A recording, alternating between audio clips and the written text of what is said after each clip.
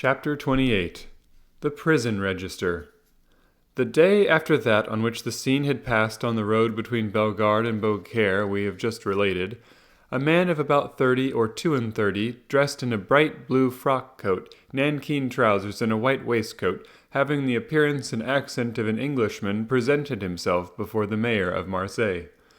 "Sir," said he, "I am chief clerk of the house of Thomson and French of Rome.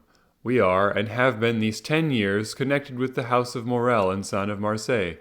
We have 100,000 francs, or thereabouts, engaged in speculation with them, and we are a little uneasy at reports that have reached us that the firm is on the eve of ruin. I have come, therefore, express from Rome to ask for your information as to this house." "Sir," replied the mayor, "I know very well that during the last 4 or 5 years misfortune seems to pursue Monsieur Morel. He has lost 4 or 5 vessels and suffered by 3 or 4 bankruptcies. But it is not for me, although I am a creditor myself to the amount of 10,000 francs, to give any information as to the state of his finances. Ask of me, as mayor, what is my opinion of Monsieur Morel? I shall say he is a man honorable to the last degree, and who has up to this time fulfilled every engagement with scrupulous punctuality.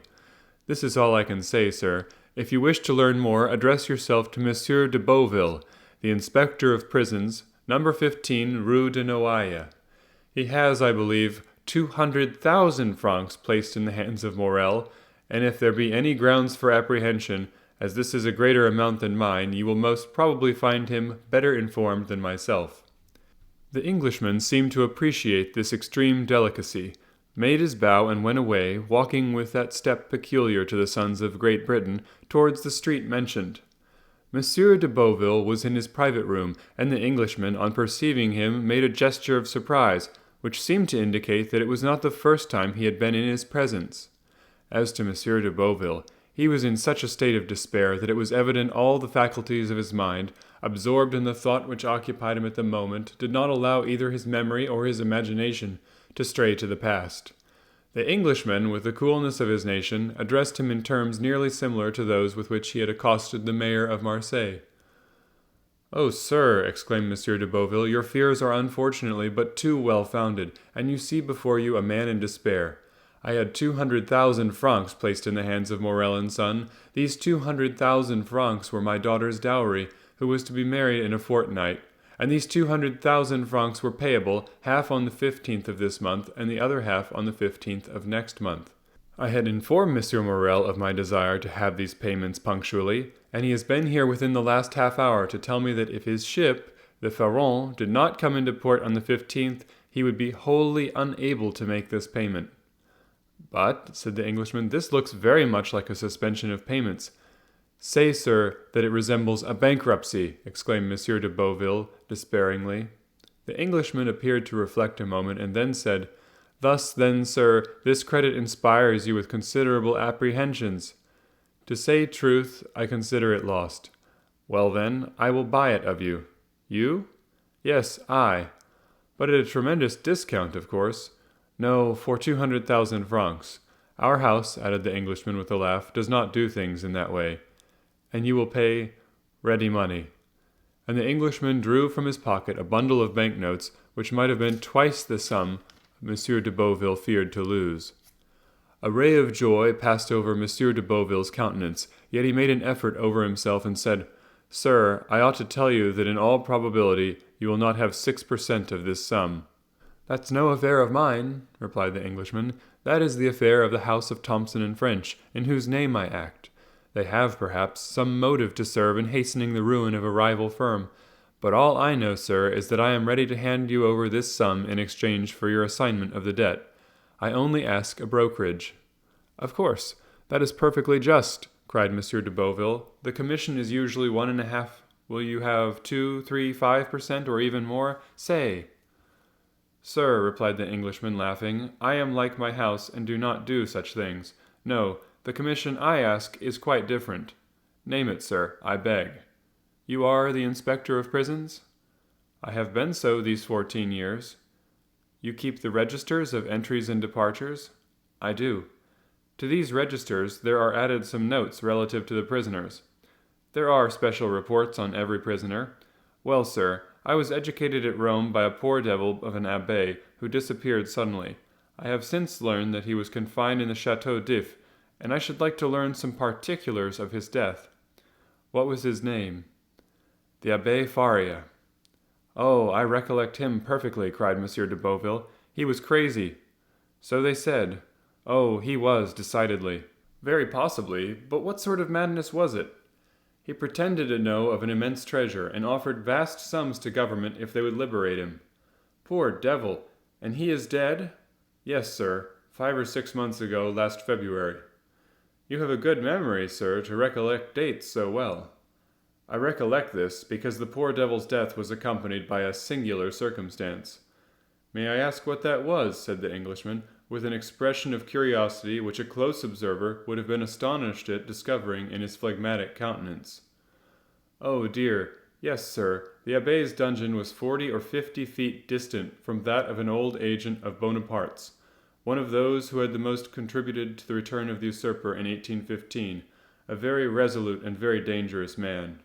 "Indeed," said the Englishman. "Yes," replied Monsieur de Beauville, "I myself had occasion to see this man in 1816 or 1817, and we could only go into his dungeon with a file of soldiers. That man made a deep impression on me. I shall never forget his countenance." The Englishman smiled imperceptibly. "And you say, sir," he said, "that the two dungeons were separated by a distance of 50 feet, but it appears that this Edmond Dantès, this dangerous man's name was Edmond Dantès. It appears, sir, that this Edmond Dantès had procured tools or made them, for they found a passage by which the prisoners communicated." "This passage was formed, no doubt, with an intention of escape?" "No doubt. But unfortunately for the prisoners, the Abbé Faria had an attack of catalepsy and died." "That must have cut short the projects of escape." "For the dead man, yes," replied Monsieur de Beauville, "but not for the survivor. On the contrary, this Dantès saw a means of accelerating his escape. He no doubt thought that prisoners who died in the Château d'If were interred in a burial ground as usual, and he conveyed the dead man into his own cell, assumed his place in the sack in which they had sewn up the defunct, and awaited the moment of interment." "It was a bold step, and one that indicated some courage," remarked the Englishman. "As I have already told you, sir, he was a very dangerous man, and fortunately, by his own act, disembarrassed the government of the fears it had on his account." "How was that?" "How? Do you not comprehend?" "No." "The Château d'If has no cemetery, and they simply throw the dead into the sea after having fastened a 36-pound bullet to their feet." "Well," observed the Englishman, as if he were slow of comprehension. "Well, they fastened a 36-pound bullet to his feet and threw him into the sea." "Really!" exclaimed the Englishman. "Yes, sir," continued the inspector of prisons. "You may imagine the amazement of the fugitive when he found himself flung headlong beneath the rocks. I should like to have seen his face at this moment." "That would have been difficult." "No matter," replied de Beauville, in supreme good humor at the certainty of recovering his 200,000 francs. "No matter, I can fancy it," and he shouted with laughter.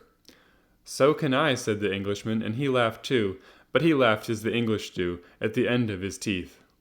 "And so," continued the Englishman, who first regained his composure, "he was drowned?" "Unquestionably." "So that the governor got rid of the fierce and the crazy prisoner at the same time?" "Precisely." "But some official document was drawn up as to this affair, I suppose?" inquired the Englishman. "Yes, yes, the mortuary deposition. You understand Dantès' relations, if he had any, might have some interest in knowing if he were dead or alive. So that now, if there were anything to inherit from him, they may do so with easy conscience. He is dead, and no mistake about it." "Oh, yes, and they may have the fact attested whenever they please." "So be it," said the Englishman. "But to return to these registers. True, this story has diverted our attention from them. Excuse me." "Excuse you for what? For the story? By no means. It really seems to me very curious." "Yes, indeed. So, sir, you wish to see all relating to the poor abbé, who really was gentleness itself. Yes, you will much oblige me. Go into my study here, and I will show it to you." And they both entered Monsieur de Beauville's study. All was here arranged in perfect order. Each register had its number, each file of paper its place.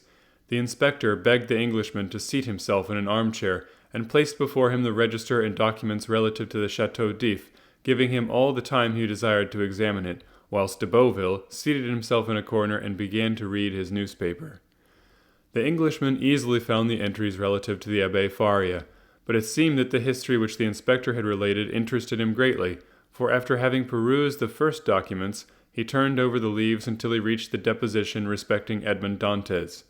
There he found everything arranged in due order: the denunciation, examination, Morel's petition, Monsieur de Villefort's marginal notes. He folded up the denunciation quietly and put it as quietly in his pocket, read the examination, and saw that the name of Noirtier was not mentioned in it.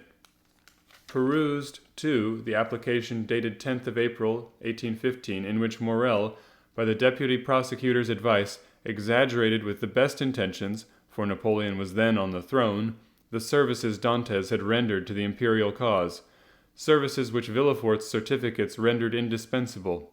Then he saw through all. This petition to Napoleon, kept back by Villefort, had become, under the Second Restoration, a terrible weapon against him in the hands of the crown prosecutor. He was no longer astonished when he searched on to find in the register this note placed in a bracket against his name: Edmond Dantès, an inveterate Bonapartist, took an active part in the return from the Isle of Elba, to be kept in complete solitary confinement and to be strictly watched and guarded.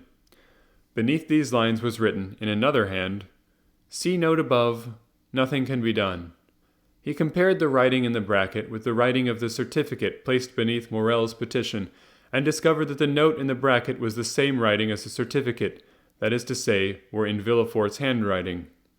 As to the note which accompanied this, the Englishman understood that it might have been added by some inspector, who had taken a momentary interest in Dantès' situation, but who had, from the remarks we have quoted, found it impossible to give any effect to the interest he experienced.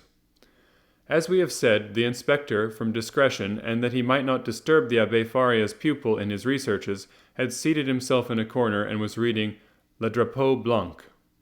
He did not see the Englishman fold up and place in his pocket the denunciation written by Danglars under the arbor of La Reserve, and which had the postmark of Marseilles, 2nd of March, delivery 6 o'clock p.m. But it must be said that if he had seen it, he attached so small importance to this scrap of paper, and so great importance to his 200,000 francs, that he would not have opposed what the Englishman did, how incorrect soever it might be.